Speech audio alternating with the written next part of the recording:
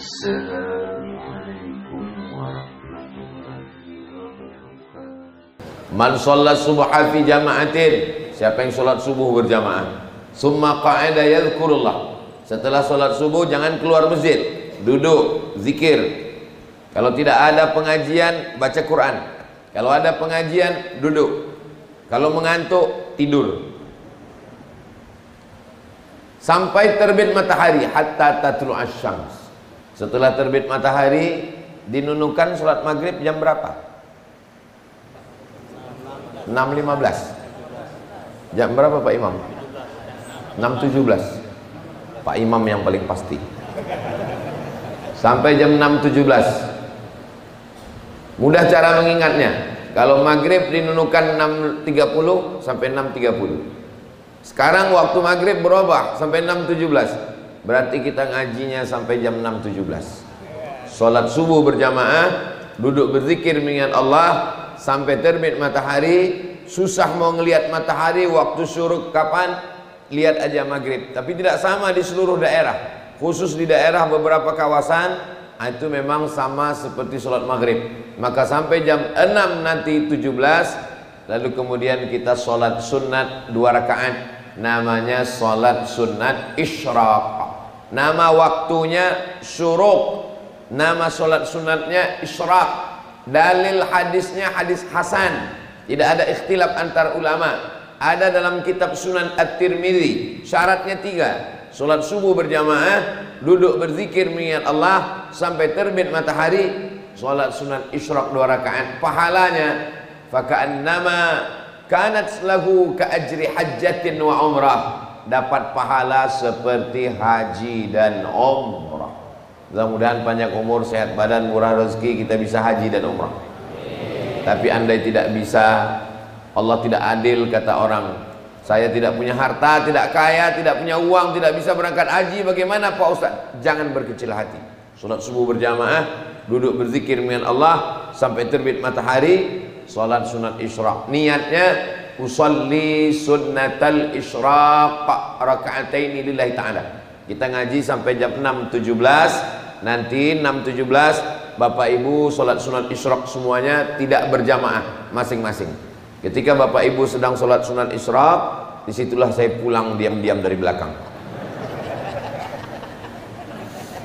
Mudah-mudahan doakan supaya Ustaz Abdul Somad, santri-santri, anak keturunan bisa istiqomah melaksanakan ini insyaallah. Amin ya rabbal alamin. Yang akan kita kaji subuh ini satu hadis dalam kitab Sunan At-Tirmidzi. Diriwayatkan dari seorang perempuan namanya Aisyah Ummul Mukminin, anak Abu Bakar Siddiq radhiyallahu anha. Khudhu nisfadinakum min Humairah. Ambil setengah agama kamu dari perempuan ini. Kenapa? Karena dialah perempuan yang paling banyak meriwayatkan hadis Nabi Muhammad SAW. Bagaimana kalau Nabi tidak menikah dengan Aisyah Ummul Mukminin?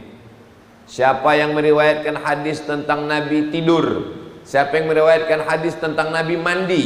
Siapa yang meriwayatkan hadis tentang Nabi yang bersifat pribadi?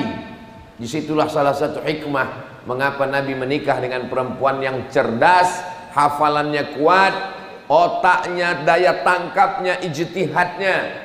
Sampai-sampai ada sahabat Nabi bertanya, wahai fulan, ya, kalau ada perempuan yang mengikat rambutnya dikepang, lalu dia mau mandi wajib, mohon maaf, apakah ikatannya mesti dibuka atau cukup disiram saja? Lalu kata sahabat Nabi menjawab, ikatannya mesti dibuka, lalu kemudian baru disiram. Jadi masalah orang bertanya ke satu ustadz lalu menanyakan pertanyaan yang sama ke ustadz lain, itu sesuatu yang biasa. Bukan mau mengadu domba. Dia mau tanya jawabannya bagaimana. Lalu kemudian orang yang bertanya ini bertanya lagi kepada Aisyah radhiyallahu anha. Wahai Ummul Mukminin, wahai ibunya orang beriman, Kita memanggil Aisyah itu ibu kita, karena istri Nabi itu ibunya orang beriman. Siapa yang mengejek istri Nabi, berarti dia mengejek ibunya sendiri. Kalau ada orang di Indonesia, di dunia ini yang mengejek Aisyah, maka kita wajib marah, sama seperti ibu kita diejek. Lalu kemudian orang bertanya kepada Sayyidatuna Aisyah, wahai Ummul Mukminin, ibunya orang beriman Aisyah radhiyallahu anha, ya, bagaimana kalau ada perempuan rambutnya dikepang, diikat, lalu kalau dia mandi apakah wajib dibuka? Kata Aisyah, cukup disiram saja, tidak wajib dibuka. Kalau dia buka bagus, tapi kalau dia tidak mampu membukanya, ya kalau mandinya sekali, kalau 1 hari sampai 3 kali, masa mesti dibuka terus? Maka dia boleh menyiram saja, yang penting kena air semua. Tapi tadi saya bertanya ke sahabat Nabi, yang satu mengatakan mesti dibuka, kenapa tidak dia katakan digundul saja sekalian? Itu menunjukkan bahwa Aisyah radhiyallahu anha hafalannya kuat, otaknya cerdas, dan dia tidak hanya sekedar hafal, tapi dia juga faham. Orang yang faham itu laki-laki disebut dengan faqih. Kalau perempuan faqihah, dia seorang yang faqih dalam keilmuannya.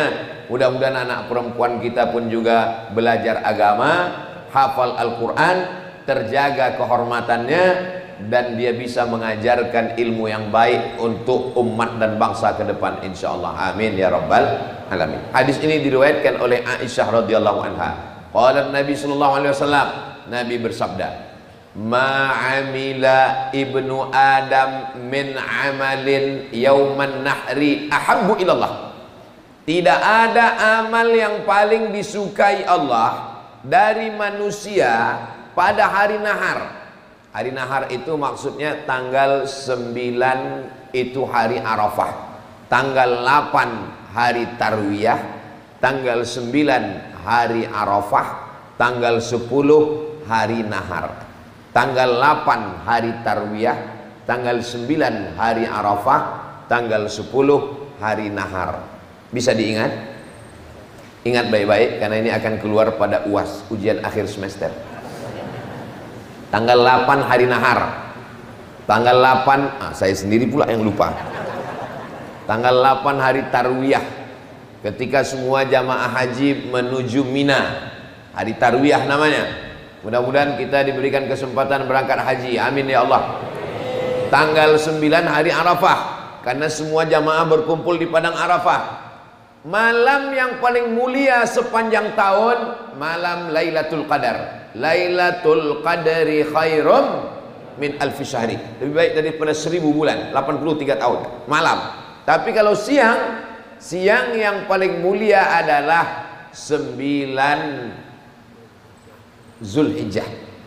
Kita dinunukan pada tanggal 9 Zulhijjah, insya Allah melaksanakan puasa Arafah. Amin. Bagi yang bapak ibu sanggup melaksanakan puasa Arafah, bapak-bapak membangunkan istrinya untuk masak sahur puasa Arafah. Apa keutamaannya? Yukaffirus sanatal madiyata wal baqiyata, mengampunkan, menghapuskan dosa setahun yang lalu dan setahun yang akan datang. Hadisnya sahih, ada dalam sahih Muslim. Tapi ingat, yang dihapuskan itu dosa, bukan utang. Jangan nanti habis puasa Arafah ditagih orang, gimana utangmu? Dihapuskan setahun yang lalu dan akan datang. Siapa yang ngomong? Ustaz Somad? Enggak betul. Makanya saya tadi sudah bilang di awal, kalau ngantuk jangan dengar pengajian, tidur. Untuk apa kami datang kalau cuma untuk tidur? Ya memang datang untuk tidur. Dapat pahala, dapat. Pahala apa? Pahala tidur. Tapi kan kami mau dengar pengajian Ustadz. Kalau mau dengar, dengar baik-baik. Tapi kalau kami tidak bisa dengar, jangan khawatir, karena ini direkam dan bisa diulang di channel Ustadz Abdul Somad Official. Subscribe, like, share, and comment. Nah, lalu kemudian sampai mana tadi? Puasa tanggal, saya ingat, cuman ngetes jamaah aja. Puasa tanggal 9, menghapuskan dosa yang lalu dan setahun akan datang. Itu dosa kepada Allah yang kecil-kecil. Adapun dosa kepada tetangga, rantangnya belum dipulangkan, utang belum dibayar, tidak bisa ditebus dengan haji ke Baitullah, tidak bisa dengan tahajud semalam suntuk kakinya bengkak, tidak bisa dengan puasa Nabi Daud. Jangan puasa Arafah 1 hari, puasa Nabi Daud 15 hari dalam sebulan, tidak bisa. Mesti minta maaf. Apakah mau Bapak Ibu memaafkan silap salah saya selama ini? Enggak ada yang mau. Daripada mencari orang nunukan di padang mahsyar, lebih baik datang ke nunukan meminta maaf. Betul? Ini jemaah ini datang mau melihat mana orang yang menghabiskan paket kami 3 giga itu. Inilah dia Ustadz Abdul Somad. Ustadz Abdul Somad ini selalu mengajarkan adab lebih tinggi daripada ilmu, akhlak lebih tinggi daripada pengetahuan. Kenapa Ustadz pagi ini tidak berakhlak? Banyak orang tua duduk di bawah, kok Ustadz duduk di atas? Tidak salah saya, panitia yang ngasih. Saya duduk di sini karena biar supaya saya kalau tausiah itu kan jalan-jalan. Kalau saya jalan ke sana kemari, yang susah itu kameramen, dia ngikuti sana. Nah, maka diikat saya duduk di kursi. Kenapa dibuat tinggi? Biar supaya bagus, pencahayaannya bagus, cantik. Ini masjid luar biasa bagus. Saya banyak juga tausiah di beberapa masjid, lampunya bagus tapi mati. Di Masjid Al-Mujahidin, Al-Mujahidin betul? Al-Mujahidin nunukan ini bagus, kipas anginnya kemana-mana, sehingga kalau nggak tahan bisa kentut masuk angin orang di sini. Ada TV-nya, ada layarnya, bagus semua, ada semuanya lengkap. Gambar pun, gambar saya yang paling besar, kalah Ibu Bupati, Bapak Wakil Bupati. Jangan salahkan saya, ini salah panitia juga ini. Mudah-mudahan panitia yang sudah bersusah payah membuat acara ini hingga terselenggara, dipanjangkan umurnya, disehatkan badannya, keluarganya sakinah mawaddah warahmah. Ustadz Somad kenapa mendoakan panitia saja? Ketika kita mendoakan orang lain, Allah kirimkan malaikat. Apa kata malaikat? Amin, kabulkan doa orang ini, walaka misluh, kamu dapat yang sama seperti yang engkau doakan. Maka sering-sering mendoakan orang lain, jangan doakan yang tidak baik. Ini kadang orang kalau melihat orang lain dapat nikmat, doanya nggak baik. Ya Allah, matikan dia cepat. Kalau bisa jangan langsung mati, stroke 6 bulan. Jangan. Dia lebih dulu mati. Yang mendoakan itu lebih dulu mati. Yang didoakan nggak mati-mati. Nah, maka doakan yang baik-baik. Itulah mengapa saya mengajak Bapak Ibu semua mendoakan yang baik. Mulut yang mengatakan amin, kabulkan ya Allah. Maka malaikat membalas amin, kabulkan juga doa dia. Dapat yang sama seperti yang engkau doakan. Maka jangan pernah lupa mendoakan yang baik. Jamaah doakan. Saya yakin dan percaya, hari Kamis, hari Jumat, hari Sabtu, hari Ahad, ini hari terakhir saya tabligh akbar di Kalimantan Utara. Tadi malam kami di Sebatik, hari ini di Nunukan, nanti malam kembali ke Tarakan. Kenapa Ustadz masih sehat, suara masih lantang, mikrofonnya bagus? Kenapa masih menggelegar? Ini karena doa orang Nunukan yang sudah tak berjumpa 5 tahun 3 bulan 20 hari. Ustadz kok ingat? Kan tadi di saya udah nggak ingat, tapi memang lama juga sudah saya rasanya di Nunukan. Jadwal ini kan banyak, ke sana kemari, ke Aceh, ke Papua, ke Ambon, saya udah nggak ingat. Terus saya tanya ke tim, kita kemana ini? Ke Nunukan. Nunukan itu yang mana ya? Kita pernah ke situ. Pernah Pak Ustadz, yang bupatinya kayak anak SMA itu katanya.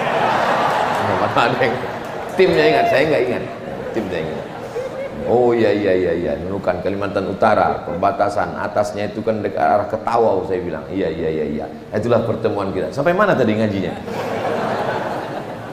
Tanggal 9 itu puasa Arafah. Nah, tanggal 10 sehebat-hebatnya orang kalau mau puasa tanggal 10 nggak boleh. Haram hukumnya puasa tanggal 10. Tanggal 10, tanggal 11, tanggal 12, tanggal 13, 4 hari tidak boleh. Ada satu lagi Pak Ustadz lupa, kapan? 1 Syawal. 1 Syawal, 10 Zulhijjah, 11, 12, 13 haram hukumnya berpuasa. Setakwa-takwanya orang nggak boleh. Kenapa? Hari raya. Hari raya itu maksudnya apa? Hari makan. Nggak boleh hari raya itu kita nggak puasa. Oh iya betul. Nggak boleh kita hari raya itu nggak makan. Makanya makan. Setakwa-takwanya orang wajib makan. Saya nggak bisa makan daging Pak Ustadz. Telur ayam. Nggak bisa makan telur ayam, mati aja. Mudah-mudahan semua bapak ibu semua sehat walafiat insyaallah. Amin ya rabbal alamin. Nah, pada tanggal 10 ibadahnya, inilah yang hadis kita kaji subuh ini. Ma'amila ibnu Adam, semua anak Adam, anak keturunan Adam. Mohon maaf, jangan tersinggung ya. Ini yang hadir ini semua anak keturunan Adam kan? Ada yang tidak keturunan Adam? Berarti keturunan monyet. Ustaz Somad jangan kasar ngomongnya begitu Pak Ustaz. Bukan kata saya. Itu yang ngomong begitu Charles Darwin. Kata dia manusia ini bukan berasal dari Adam, tapi menurut teori evolusi kata dia keturunan monyet. Tidak betul. Ini bohong. Islam mengajarkan inni ja'ilun fil ardi khalifah. Aku menciptakan di atas muka bumi itu makhluk bernama Adam alaihissalam. Jadi kita ini semua keturunan Nabi Adam. Kalau Habib itu keturunan Nabi Muhammad sallallahu alaihi wasallam. Nah, ma'amila ibnu Adam, tidak ada amal anak Adam, maksudnya amal kita semua. Min amalin, amal yang baik. Yauman nahri, pada hari nahar tanggal 10 yang paling baik adalah min ihraqid dam. Ihraqid dam artinya menumpahkan darah.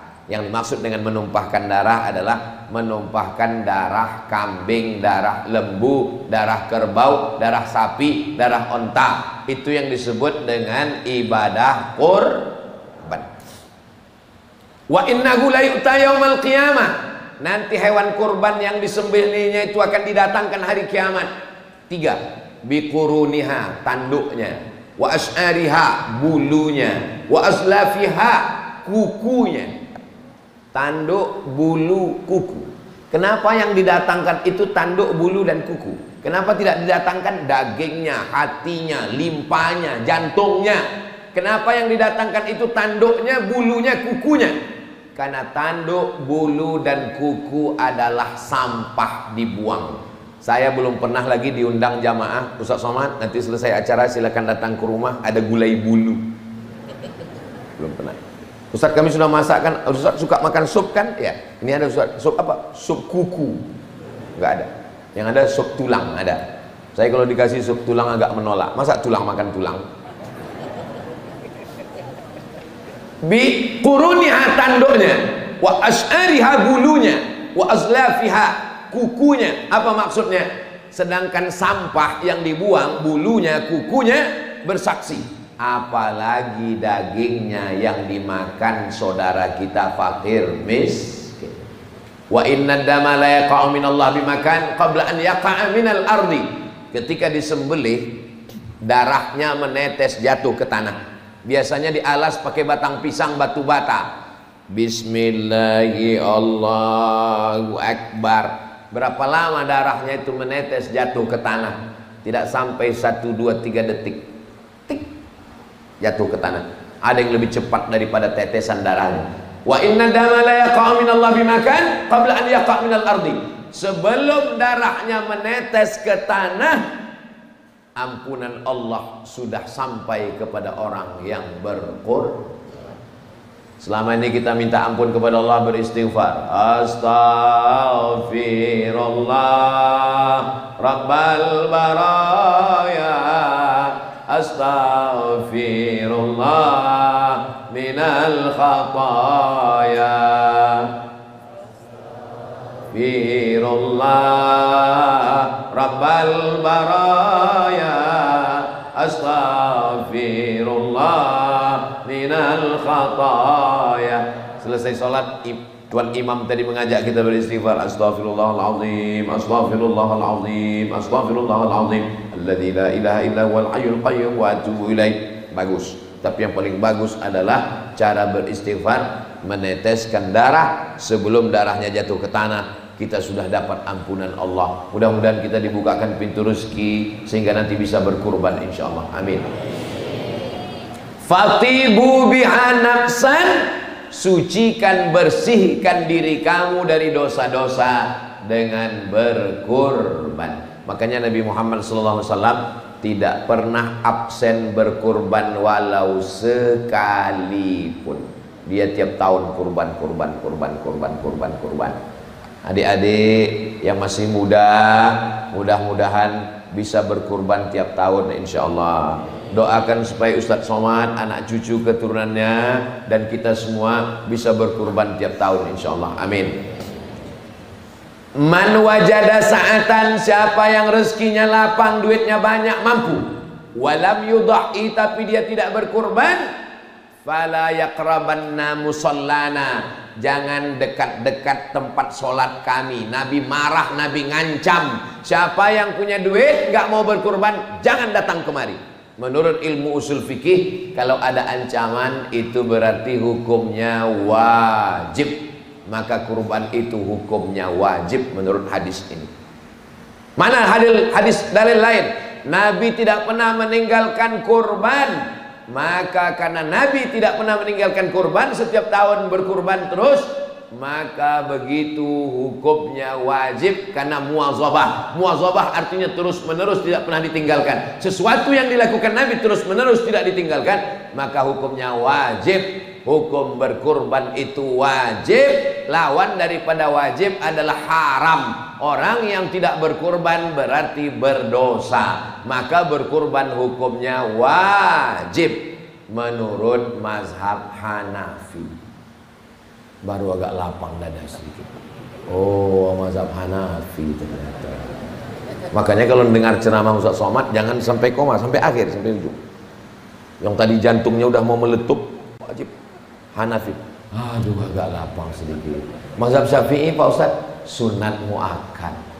Alhamdulillah. Mazhab Syafi'i hukumnya sunat muakkad. Loh, nabinya kan satu Pak Ustaz ya, nabinya satu. Kok bisa hukumnya berbeda? Karena ulama berijtihad berdasarkan hadis Nabi Muhammad SAW. Lalu mazhab Syafi'i itu kok bisa sunat muakkad? Ya hadis juga dalilnya. Mana hadisnya? Salasatun hunna alayya faraidu. Ada 3 perkara bagi saya wajib, walakum tatawwu'un, tapi bagi kamu tidak wajib, hanya sunat saja. Itu namanya sunat muakkad. Masuk masjid, sholat sunat tahiyatul masjid, sunat. Masuk masjid, sholat sunat qabliyah subuh, sunat muakkad. Masuk masjid, sholat subuh, wajib. Yang paling tinggi wajib, di bawah wajib sunat muakkad, di bawah sunat muakkad sunat saja. Sholat sunat pun tidak sama. Ada yang sholat sunat tidak muakkad, tidak terlalu ditekankan, tapi ada sholat sunat yang muakkad, diantaranya qabliyah subuh, jangan sampai tinggal. Tadi Ustadz Somad kami lihat masuk masjid terlambat. Iya, tadi Ustadz Somad sholat sunat 2 rakaat, betul. Sholat sunat apa tadi itu? Saya sholat sunat tahiyatul masjid. Loh, berarti Ustadz Somad tidak qabliyah subuh. Saya sudah qabliyah subuh di hotel. Kenapa Ustadz sholat sunat qabliyah subuhnya di hotel?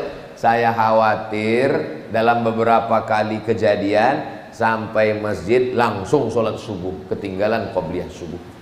Maka saya tadi langsung qabliyah subuh di hotel, supaya kalau sampai ke masjid, kalau udah ada tanda-tanda sudah mau sholat, bisa langsung sholat. Ternyata ada kesempatan sholat sunat 2 rakaat. Karena sudah qabliyah subuh, saya tahiyatul masjid saja. Kalau misalnya terlambat masuk masjid, jamnya tertulis 2, loh kok mudah sekali foto saya. Siapa yang mengedit ini? Kalau masuk masjid, waktunya tinggal 2 menit. Kebetulan jamnya ada pakai jam iqamat 2 menit. Tik, tik, tik, 2 menit. Apakah tahiyatul masjid atau qabliyah subuh? Qabliyah subuh. Kalau Ustaz Somad nanya, jamaah nggak usah stres, nggak usah pusing, jangan dijawab. Karena kalau saya nanya itu saya jawab sendiri. Ketika kita masuk masjid, waktu tinggal 2 menit. Apakah kita tahiyatul masjid atau qabliyah subuh? Qabliyah subuh. Kenapa? Karena kalau tahiyatul masjid nggak dapat qabliyah subuh. Tapi kalau qabliyah subuh otomatis dapat tahiyatul masjid. Tapi jangan gara-gara ini terlambat terus.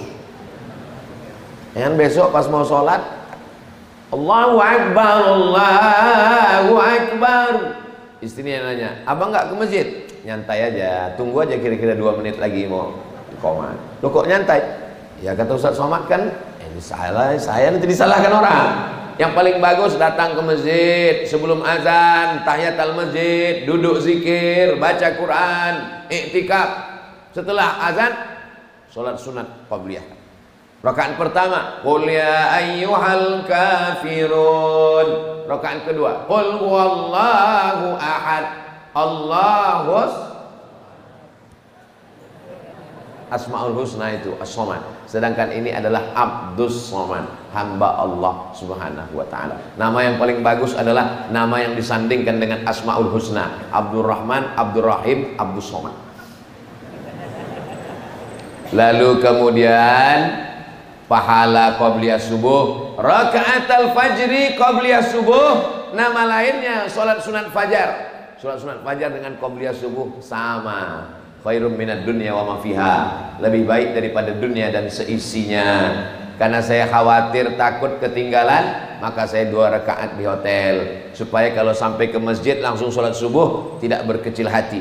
Bapak Ibu yang tadi tidak qabliyah subuh, qabliyah subuhnya boleh diqadha kapan? Nanti selesai salat Isra, salat qabliyah subuh diqadha. Kenapa? Karena Nabi mengqadha qabliyah subuh, mengganti, saking tidak mau tinggalnya qabliyah subuh. Itu namanya sunnat muakkad. Yang tadi ketinggalan qabliyah subuh, mudah-mudahan besok masih hidup sehingga bisa laksanakan qabliyah subuh. Yang qabliyah subuh tadi nanti bisa diganti setelah sholat sunat isyraq 2 rakaat. Nah, lalu kemudian bagaimana dengan kurban tadi? Maka menurut mazhab Syafi'i, mazhab Maliki, mazhab Hambali, 3 mazhab sunat muakkad. Tapi mazhab Hanafi wajib. Yang negara mazhab Hanafi itu sekarang di mana aja Pak Ustadz? Turki, India, Pakistan, Bangladesh, sebagian Mesir. Makanya dulu waktu kami kuliah di Mesir, itu anak-anak yang dari Turki, dari India, dari Bangladesh nabung punya uang, wajib berkurban. Mereka berkurban semua wajib. Datang kita yang dari Indonesia, wajib menghabiskannya. Kami wajib, kata mereka dari India, Pakistan. Kalian? Kami sunat muakkad, alhamdulillah. Nah, ini tentang masalah perbedaan pendapat. Kenapa Ustaz jelaskan di sini? Mana tahu nanti ada ustadz yang berceramah berkurban itu wajib. Dia nggak salah, karena kebetulan dia belajarnya di India. Pas ditelusuri kuliahnya, dia tamat dari mana? Rupanya dari Lucknow India, dari Aligarh India, dari Darun Nadwah India, Nadwatul Ulama. Nah, ini semua mazhab Hanafi. Sedangkan Ustadz Abdul Somad memakai mazhab Syafi'i. Kira-kira orang Nunukan ini mazhab apa ya? Saya tadi diminta Pak Imam untuk maju jadi imam sholat subuh. Saya nggak tahu ini orang Nunukan ini mazhabnya apa. Maka saya pura-pura batuk untuk menjaga adab, jangan sampai salah adab. Maju Pak Imam. Oh, saya tahu imam kita mazhab Syafi'i. Dari mana Ustaz tahu imam mazhab Syafi'i? Dari 2 tanda. Pertama dari bismillahnya. Bismillahnya jahar. Bismillahirrahmanirrahim. Alhamdulillahi rabbil alamin. Mazhab Syafi'i. Kalau mazhab Hanafi, bismillahnya sir. Alhamdulillahi rabbil alamin. Itu mazhab Hanafi. Saudi Arabia itu Pak Ustaz? Saudi Arabia mazhab Hambali. Bismillahnya sir. Alhamdulillahi rabbil alamin. Ar-Rahmanir Rahim. Maliki yaumiddin. Kalau Maroko, Ustaz kan kuliah di Maroko 2 tahun. Iya, Maroko mazhabnya Maliki, enggak pakai bismillah sama sekali. Allahu Akbar. Alhamdulillahi rabbil alamin. Mazhab Syafi'i bismillahirrahmanirrahim. Hanafi dan Hambali mazhab Maliki enggak pakai bismillah, langsung alhamdulillahirabbil alamin. Ustaz, ya, kemarin ada di kampung kami imam baru langsung qul huwallahu ahad. Itu mazhab apa Ustaz? Itu namanya mazhab grogi. pertama kali maju jadi imam, lupa Al-Fatihah, batal sholatnya. La sholata liman lam yaqra' bi Fatihatil kitab. Siapa yang tidak baca Al-Fatihah, batal sholatnya. Masya Allah, imam kita luar biasa bacaannya, hafalannya. Maka anak-anak bapak ibu datang bawa ke masjid Al-Mujahidin Nunukan, ajarkan tahfiz Quran, storkan hafalan Quran, perbaiki bacaan, idgham, ikhfa, gunnah, qalqalah. Jangan sampai ada anak Nunukan yang tidak bisa baca Quran. Siap bawa anak-anaknya untuk belajar Quran? Ingat, jangan ada dusta di antara kita. Kita akan diminta tanggung jawab di hadapan Allah Subhanahu wa taala. La tus'alunna yauma idzin 'anil na'im. Nah, lalu kemudian disembelihlah hewan kurban. Yang paling bagus hewan kurbannya itu dibeli dari sejak tanggal 1 Zulhijjah, ditambatkan di dekat rumah seperti sunnah yang dilakukan Rasulullah Sallallahu Alaihi Wasallam. Dikasih makan. Di Maroko itu dari mulai tanggal 1 Zulhijjah orang sudah mulai bawa kambing, ditambatkan di dekat rumah. Ada jual rumput kering. Jadi masyarakat banyak jual rumput kering di pasar-pasar untuk ngasih makan kambing. Selesai sholat Idul Adha pagi tanggal 10, pulang ke rumah. Beda Idul Fitri dengan Idul Adha. Idul Fitri habis sholat subuh langsung makan lontong sayur 3 mangkok, balas dendam 30 hari nggak sarapan. Tapi Idul Adha habis sholat subuh nggak ada makan, nggak ada minum. Tetangga saya Pak Ustadz nggak makan nggak minum, tapi 3 batang. Jangan. Ini kita tahan hawa nafsu. Habis sholat subuh, tapi hukumnya sunat, bukan wajib. Ada juga saudara kita, kalau dia nggak masuk 1 batang meninggal. Ini apa boleh buat? Maka ini wajib dia masuk 1 batang. Kalau tidak dia meninggal. Lalu kemudian habis sholat subuh bersiap-siap, takbir, Allahu Akbar, Allahu Akbar,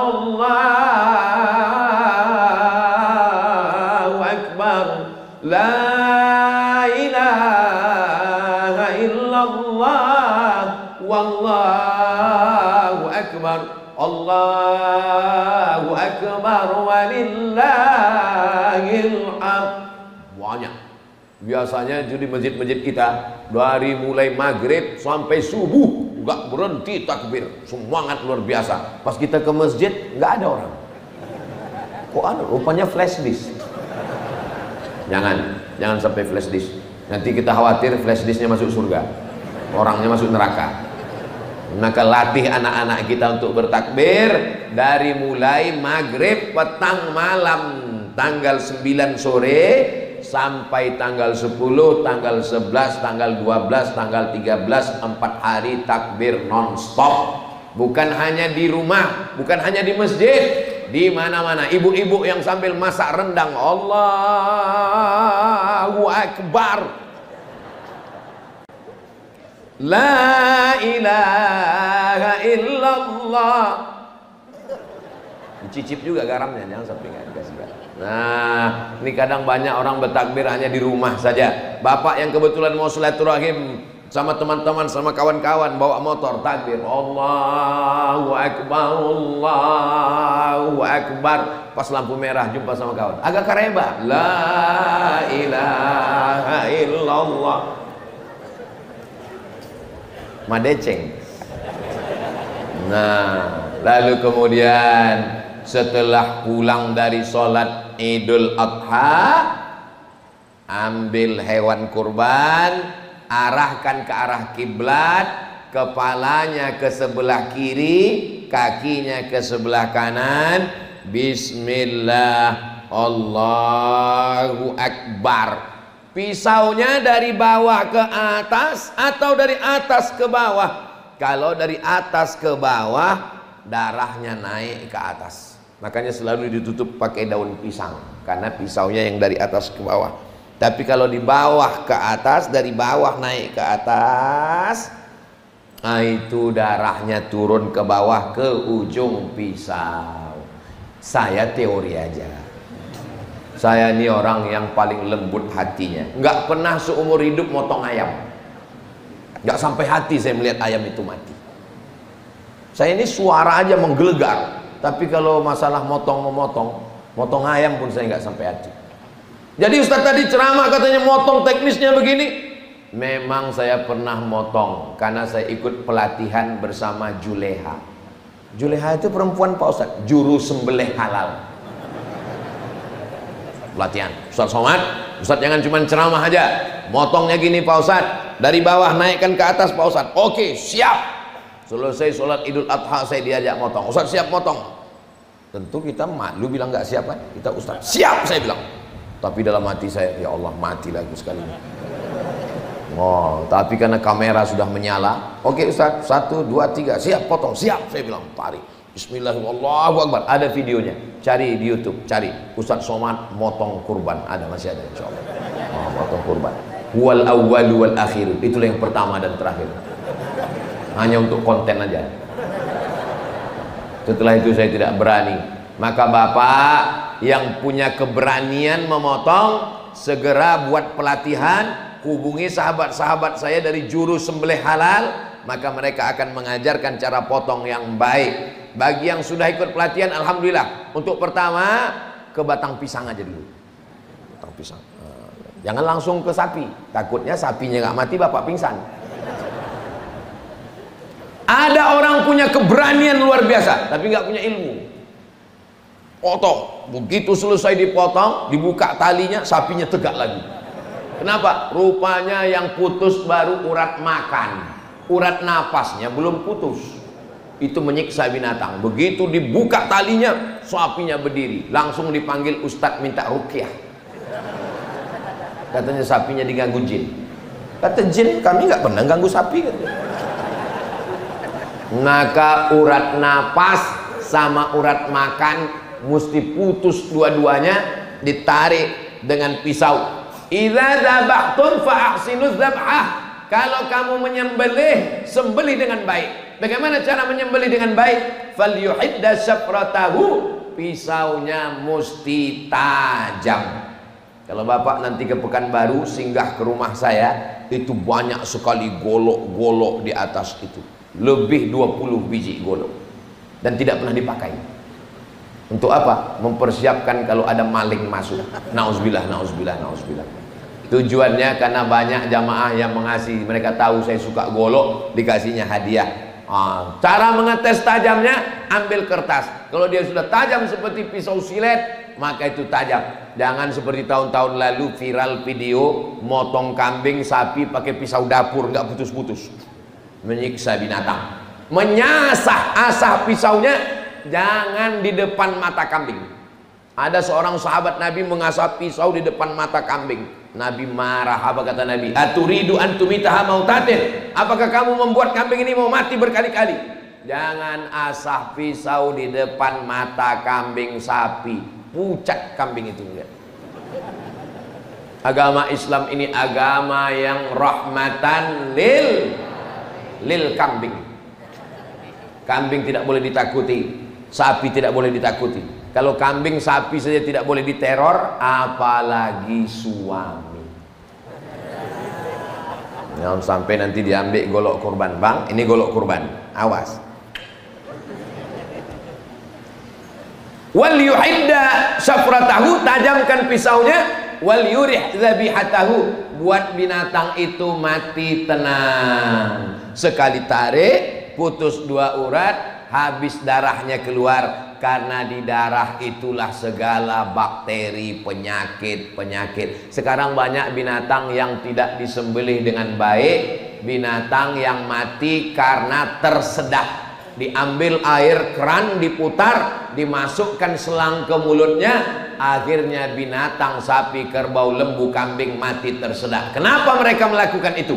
Supaya dagingnya berat, supaya di dalam daging itu ada darah, ada air. Maka zolim, aniaya, haram. Wahai pedagang daging, rumah potong, jangan kalian lakukan. Makan duit haram. Ittaqu zulma, jangan zolim. Fa inna zulma zulumatun yaumal qiyamah. Sekarang ada lagi alat namanya, tulisannya stunning. stunning, macam pistol, tapi nggak ada pelurunya. Dia hanya besi di ujung. Itu kalau ditembakkan ke kening sapi, kena otak kecilnya, sapi langsung tumbang, langsung mati. Kalau skalanya di atas 7, dia ada skalanya 7, 8, 8, 9 kena otak mati. Boleh dipakai menurut fatwa Majelis Ulama Indonesia hanya stunning yang skala 7. Kalau 7 itu dia tak sampai mati, hanya sekedar bodoh aja. Sapi yang dari Australia, yang tidak pernah diikat, yang hidupnya di alam bebas, itu liar seperti banteng. Maka ditembak otak kecilnya, setelah ditembak dia bodoh, supaya mudah dipotong. Ada juga ibu-ibu yang minta belikan stunning ini dipakai untuk suaminya, supaya setelah ditembak dia bodoh. Abang, saya mau arisan, cuci pakaian, pel lantai, dah abang. Iyalah, itu kalau ada bapak-bapak seperti itu berarti udah kena stunning. Tidak boleh menembak sapi otak kecil sampai mati, tidak boleh. Tidak boleh disetrum pakai listrik, mati, nggak boleh. Maka dalam cara Islam diotok. Makanya dulu ada penyakit namanya medco, med gila, ko sapi, medco sapi gila. Kenapa bisa sapi gila? Karena orang barat sapinya tidak dipotong, darahnya menggumpal di dalam daging. Dagingnya diiris, langsung diletakkan di atas api, tidak matang, tidak dicuci, lepak dimakan, barbecue. Setelah itu langsung sapi gila. Coba kalau dipotong, bismillahi Allahu Akbar, darahnya keluar, dicuci bersih, karena darah najis, haram. Darah kena kain, mesti dicuci. Darah najis, tidak boleh dimakan. Darah ditumpuk dalam piring, dikeringkan, dipotong, ditoco, haram, tidak boleh. Hurriman alaikumul maitatu, haram makan bangkai, wadamu, darah, walahmul khinzir, babi, wal munkhaniqatu, binatang tercekik, terpukul, tertanduk, wa ma akalas sabu'u, dimakan binatang buas, kepalanya putus, badannya tinggal, diterkam harimau, rusak, tidak boleh. Begitulah Islam mengajarkan kita, fatibu biha nafsan, sucikan diri kamu. Nah, setelah disembelih, bismillahirrahmanirrahim, akbar, dibelah, diambil hatinya. Kenapa diambil hatinya? Karena Nabi makan hati hewan kurbannya. Kenapa tidak dagingnya? Karena kalau dagingnya prosesnya lama, mengkulitinya lagi. Ambil hatinya, potong, cuci bersih, kasih dengan limau jeruk, lalu kemudian kasih garam, bakar, makan. Itulah makanan pertama di hari kurban yang paling afdal. Bismillahirrahmanirrahim. Yummy. Fakulu minha. Ustaz, kalau saya berkurban boleh saya makan daging kurban saya? Coba tengok bunyi ayatnya. Fakulu, perintah, makanlah. Maka yang paling afdal adalah kita makan hewan kurban kita itu hatinya. Setelah itu sisanya, wa at'imul ba'isal faqir, bagikan ke fakir miskin. Ini yang paling afdal. Makanya nanti kalau ada jamaah Masjid Al-Mujahidin Nunukan, pas ditanya, Pak, Bapak kurban? Ya. Bapak mau dagingnya? Bapak, ini kupon untuk Bapak. Bapak dapat 2 kupon ya. Ini kupon sebagai peserta, ini kupon sebagai masyarakat. Saya nggak mau kuponnya. Terus saya mau dagingnya aja.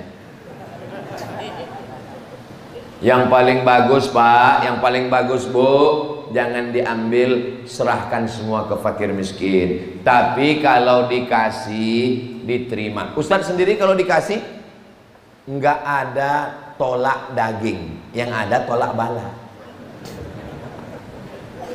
Jadi daging kambing, daging sapi boleh. Jadi boleh dimakan Pak Ustadz, memang disuruh Allah Ta'ala. Yang haram itu yang mana? Yang haram itu kalau kurban nazar. Kurban nazar nggak boleh. Ya Allah, saya bernazar, nanti kalau anak saya lulus PNS, saya berkurban ya Allah untuk fakir miskin. Tapi kalau nggak lulus sampai mati, saya nggak berkurban. Itu nggak boleh. Kurban nazar itu namanya kurban wajib. Kurban itu sunat, tapi karena sudah menjadi nazar, menjadi wajib, haram dimakan. Kalau nazarnya untuk fakir miskin, serahkan semua. Yang haram itu yang mana? lebih dari sepertiga. Jadi boleh dimakan paling banyak sepertiga. Ini kambing bagi sepertiga untuk keluarga di rumah, sepertiga untuk jiran kawan tetangga, sepertiga untuk fakir miskin. Tapi jangan gara-gara ini nanti pas rapat sama jamaah panitia kurban kena gara-gara ceramah Ustaz Somad, saya minta sepertiga. Kalau sudah kebiasaan kita dapat 2 kupon, 1 kuponnya sekilo, sekilo setengah, setengah kilo, ya udah cukup lah itu, jangan sampai minta sepertiga. Ini sekarang banyak juga jamaah ini datang ke masjid bawa kambing. Pak Ustadz, ketua panitia, iya, ini kambing saya tolong urus. Setelah dipotong antarkan ke rumah, dagingnya, kepalanya, ekornya, kulitnya. Kalau ada jamaah model begini, Bapak ketua panitia jangan marah-marah. Kasih tahu sama dia, bawa kambingmu, potong sendiri, makan sendiri, mati kau sendiri. Ini kita kan bermasyarakat. Aslinya Nabi ambil potong sendiri, tapi karena saya sibuk tidak sempat, maka saya perlu bantuan panitia. Itulah asal usul, asal muasal kronologis munculnya panitia kurban. Assalamualaikum Bapak Ketua Pengurus Masjid Al-Mujahidin Nunukan. Ya, saya nggak sanggup beli kambing. Bapak bisa carikan kambing? Bisa Pak Ustadz. Kami tinggal hubungi www.kambing.com. Bisa tolong bawakan kambingnya? Bisa. Bisa tolong carikan tukang potong? Bisa. Maka ada transportasi, nyari, survei, bawa, jaga malam, tukang potong. Makanya dalam uang iuran itu akadnya tolong diperbaiki. Ini untuk kurban saya. Nanti uangnya kalau sisa mesti dikembalikan. Lalu bagaimana caranya? Ini uang kurban saya beserta operasional tunai. Operasional itu untuk apa? 3. Untuk survei dan mencari kambing, sapi, lembu, kerbau. Untuk membawa transportasi dari daerah ke masjid. Kan tidak langsung dipotong, ada jaga malam, uang kopi, uang yang jaga itu diambil dari uang operasional. Kalau di tempat saya sekarang iurannya 2,9 juta. Di Nunukan berapa sekarang Pak Imam? 3 juta. Masya Allah, itu pasti sapinya terbuat dari emas. Nah, 3 juta itu tentu lain padang, lain belalang, lain lubuk, lain ikannya. Saudara kita di Papua bisa lebih mahal lagi. Yang ada di pegunungan, nah ini tergantung. Daerah yang kebetulan banyak ternak bisa lebih murah, sesuai dengan masing-masing. Mudah-mudahan yang penting dibukakan pintu rezeki insyaallah. Amin. Ini 3 juta untuk saya, 3 juta untuk istri saya, 3 juta untuk anak saya, 3 juta untuk almarhum. Bagus, the best, mantap. Nabi SAW kurbannya bagaimana? Nabi sembelih unta 63 ekor. 1 ekor, 2 ekor, 50 ekor, 63 ekor. Pisaunya masih tajam, dia serahkan kepada Sayyidina Ali. Ali, lanjutkan. Ali motong lagi 37 ekor. Sayyidina Ali 37, Nabi 63. Pertanyaannya, berapakah sapi, lembu, kurban onta Nabi Muhammad SAW?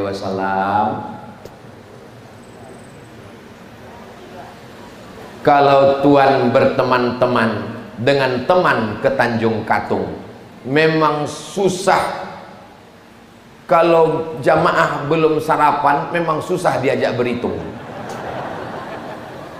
Nabi 63 ekor, Sayyidina Ali 37, 63 tambah 37 100 ekor. Jadi kalau Bapak Ibu mau ikut sunnah Nabi SAW, berkurbanlah 100 ekor onta. Amin. Dari bunyi aminnya nggak yakin saya. Mudah-mudahan dibukakan pintu rezeki, anak-anak kita nanti berkurban 100 ekor sapi limosin dari Australia. Amin. Begitu. Ini sekarang viral video artis orang kaya kurban 1 sapi limosin harga 1 miliar. Upil, nggak ada apa-apanya dibandingkan Nabi. Tapi mereka udah mau berkurban, itu udah the best, sudah bagus. Mudah-mudahan tetap dikasih motivasi. Artis-artis, pejabat-pejabat, orang-orang kaya makin banyak. Tapi jangan kau sangka kurban itu sudah banyak. Karena kalau dibandingkan kurban Nabi, Nabi berkurban 100 ekor sendirian. Itulah dalil bahwa kurban Nabi tidak pernah absen setiap tahun. Kenapa? Karena waktu dia motong 63 ekor. Sahabat Nabi tidak tahu rahasia kenapa 63 ekor. Setelah Nabi meninggal baru mereka tahu. Kenapa berhenti pada angka 63? Ternyata Nabi meninggal umur 63 tahun. Nanti Bapak, Ibu, kalau kebetulan ada orang nunukan yang punya 100 ekor, Ibu lihat Bapak berhenti di angka berapa.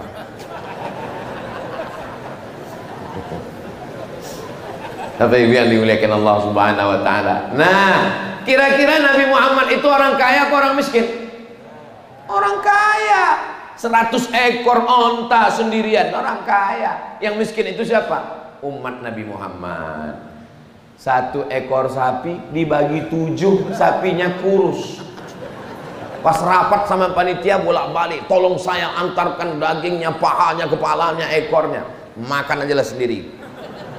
Kita ini berkurban ini bukan untuk kita, tapi untuk masyarakat. Apalagi yang di perkotaan yang udah sering makan daging, jangan lagi ambil itu dagingnya, kirimkan ke desa, perkampungan, suku terasing, saudara kita yang berdakwah di pedalaman, kirimkan. Kenapa? Inilah dari ibadah kurban. Fasalli li rabbika wanhar. Salat, setelah salat Idul Adha maksudnya, wanhar, dan berkurbanlah. Dianjurkan membawa anak dan istri waktu berkurban, ramai. Tujuannya untuk apa? Syiar, supaya orang-orang yang lemah imannya melihat hari raya kurban ramai. Umat Islam ini ternyata ramai juga kalau hari raya kurban ya, mau ngambil kupon. Kalau sholat subuh aja yang sunyi ternyata. 2 tujuan ramai-ramai ibadah kurban. Yang pertama intern ke dalam, yang kedua ekstern keluar. Ekstern keluar, orang-orang yang menyepelekan Islam ketika melihat orang ramai, hati-hati, umat Islam ini ramai, hati-hati, dia bawa golok berdarah-darah. Tapi ternyata dia tidak ekstrim, dia tidak radikal. Kenapa? Karena dagingnya dia bagi semua ke tetangganya. Ustadz, ya, tetangga saya ada yang non muslim, nggak Islam Pak Ustadz, apakah boleh kami bagi hewan kurban? Boleh memberikan hewan kurban dagingnya kalau si Islam dapat 1 bungkus, yang tidak Islam juga bagikan. Mana dalilnya? Dalilnya adalah ketika Asma punya ibu tidak Islam dan dia bertanya ke Nabi, "Afa asiluha? Boleh saya silaturahim dengan saudara saya, keluarga saya, ibu saya tidak Islam?" Kata Nabi, "Siliha, silakan silaturahim." "Boleh saya kasih dia hadiah?" Kata Nabi, "Berikan dia hadiah." Itu dalil boleh memberikan kurban, tapi zakat tidak boleh. Kenapa zakat tidak boleh? Karena zakat hukumnya wajib, sedangkan kurban adalah terhitung sama dengan sedekah sunnah. Jadi jangan sampai nanti orang Islam dinunukan, yang Islam dapat daging, yang tidak Islam dapat juga bungkus isinya lemaknya semua. Tidak boleh. Kita mesti bersikap adil. Inilah Islam. Wa ma arsalnaka illa rahmatan lil, tidak hanya lil muslimin, lil alamin. Yang tidak Islam dinunukan, ada orang tidak Islam, bagikan. Ini sebagian daripada syiar dakwah. Tapi jangan pula kebalikannya, semua yang tidak Islam dapat, yang Islam malah nggak dapat. Ini juga tidak betul. Jadi kalau kebetulan dapatnya sedikit, ya kita bagi-bagilah. Ini semua adalah kemaslahatan untuk kita bersama. Ada 2 orang yang tidak boleh dikasih daging sebagai upah. Pertama, tukang jagal, tukang potong. Yang kedua, tukang kulit. Tidak boleh menjadikan daging sebagai upah. Sebagai hadiah boleh, sebagai upah tidak boleh. Sebagai upah tidak boleh, sebagai hadiah boleh. Apa beda hadiah sama upah? Hadiah itu kalau dapat alhamdulillah, nggak dapat nggak apa-apa, itu namanya hadiah. Kalau upah dapat alhamdulillah, kalau nggak dapat pisau ini naik ke atas. Ini tadi untuk sapi kan ya, ini leher kau belanjut. Tukang potong jangan dikasih upah dari daging. Ini kepalanya sebagai upah, haram. Ini kulitnya sebagai upah, haram. Ini dagingnya sebagai upah, haram. Adapun panitia dikasih 2 kupon. ini kupon kamu sebagai masyarakat, ini kupon kamu sebagai hadiah. Boleh. Tapi kepala tukang jagal, tukang kulit, dia mesti dikasih upah. Dari mana upahnya? Upahnya dari iuran awal tadi masuk biaya operasional. Jangan diambil dari masjid. Kenapa? Karena orang bersedekah untuk masjid, bukan untuk tukang kurban. Jangan pula diambil dari kulit. Kulit dijual, boleh kulitnya kami bagi Pak Ustaz. Man ba'ajil da'udhiyatihi fala udhiyatalah. Siapa yang menjual kulit hewan kurbannya, maka dia tidak dapat pahala kurban. Akhirnya karena takut kulit hewan kurban ini dijual, digunting kecil-kecil, masuk ke kresek, dibagi. Hari kedua kampung kita bau bangkai, karena semua kulit dibuang, nggak ada yang bisa ngolah. Jadi kulit ini jangan dipotong. Kalau begitu dijual, katanya dijual nggak ada pahalanya. Gimana caranya? Merubah kulit jadi duit, boleh. Assalamualaikum. Waalaikumsalam. Apa betul ini kulit.com? Betul. Bisa olah kulit kami jadi gendang rebana, jadi bedul. Olah kulit jadi kerupuk, bisa kami olah. Berapa harga satu kulit? 200. Ada 10 ekor, berarti 2 juta. Duitnya jangan lagi diambil. Masjid tidak punya hak, panitia tidak punya hak. Serahkanlah kepada fakir miskin. Fakir miskin, ya, kamu mau ngambil kulit, kami nggak bisa ngolah kulit, sudah jadi duit, mau? Mau. Bagikan ke fakir miskin. Ini teknis yang sifatnya tahunan. Yang lalu-lalu apa boleh buat, mudah-mudahan Allah mengampuni dosa-dosa kita. Tapi untuk yang akan datang, kita perbaiki dengan sebaik-baiknya. Daging bertimbun, satu gunung daging semuanya, belum dibagi. Datang si ibu ngambil daging, datang si bapak ambil, cincang, potong halus-halus, masak. Panitia, ayo kita makan daging. Daging siapa yang kau makan? Ini daging belum dibagi, berarti kau makan haram. Jadi kalau gitu kita pagi ini makan apa? Makan lontong. Oh, nggak bisa. Panitia kalau makan lontong dia nggak bertenaga. Gimana dia mau motong daging makan lontong? Jadi caranya bagaimana supaya menghalalkan daging yang dimakan ini? Caranya diminta kepada pemilik sapi yang pertama. Pemilik sapi pertama, Bapak Insinyur, Bapak Fulan, Bapak Dokter Andus, Bapak Kiai. Bapak 7 orang pemilik sapi pertama. Iya. Boleh kami minta 5 kilo untuk sarapan pagi panitia pagi ini? Yang 6 setuju, ada 1 yang nggak setuju. Enggak, angkat golok. Boleh ya Pak ya? Boleh ya? Iya boleh. Karena mereka punya jatah 1/3 di situ. Jadi kalau daging itu beratnya 20 kilo, 21 kilo, bagi 7. Jadi ada masing-masing tuh jatah 3 kilo, diambil jatah dia itu sebagai sedekah, supaya panitia jangan semena-mena. Karena ini adalah amanah, akan diminta tanggung jawab di hadapan Allah Subhanahu wa taala. Sekecil apapun yang kita ambil, faman ya'mal mithqala dzarratin khairan. Tapi jangan gara-gara ceramah Ustaz Somad ini semua panitia mengundurkan diri. Besok unjuk rasa dinunukan, semua panitia kurban mengundurkan diri gara-gara ceramah Ustaz Somad mempersulit.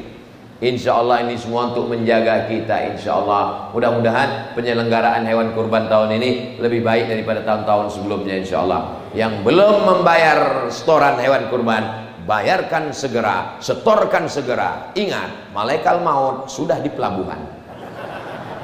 Jangan sampai nanti kita mau berkurban, ternyata kesempatan sudah tidak ada lagi, meleleh air mata darah, mau hidup lagi berkurban. Saudara kita yang meninggal kemarin itu, mereka tidak tahu bahwa mereka akan mati, mereka akan menyangka hidup sampai sholat Idul Adha. Kita yang sekarang menyangka hidup sampai Idul Adha. Mohon maaf, jangan tersinggung. Ada di antara bapak ibu ini yang yakin hidup sampai Idul Adha. Ustadz pun nggak yakin sampai Idul Adha, nggak tahu juga. Bisa jadi pulang dari sini masih tetap hidup, insya Allah. Masalah mati ini nggak usah terlalu takut, nggak usah terlalu dipikirkan. Betapa banyak yang diponis dokter mati, nggak mati-mati, dokternya mati duluan. Berapa banyak yang dikatakan orang sehat, jogging, habis jogging mati, habis olahraga mati. Nah, maka jangan sampai kita putus asa. Insya Allah kalau dilihat dari senyumannya, dari ketawanya bapak-bapak ibu pagi ini umurnya masih panjang. Tapi nggak tahu juga ya. Insya Allah yang penting niat panjang umur, murah rezeki. Insya Allah saya akan berkurban. Bagaimana kalau mati? Maka niatnya sudah sampai. Innamal a'malu binniyat wa innamal likulli imri'in ma nawa. Sekarang kita sudah sampai jam 6.20. Tadi saya mulai tausiah ini jam 6.15. Sekarang sudah jam 6.20. Ini sudah keluar dari kode etik 600 ml. Jazakallahu khairan. Semoga Allah memberi Anda pahala yang baik. Amin.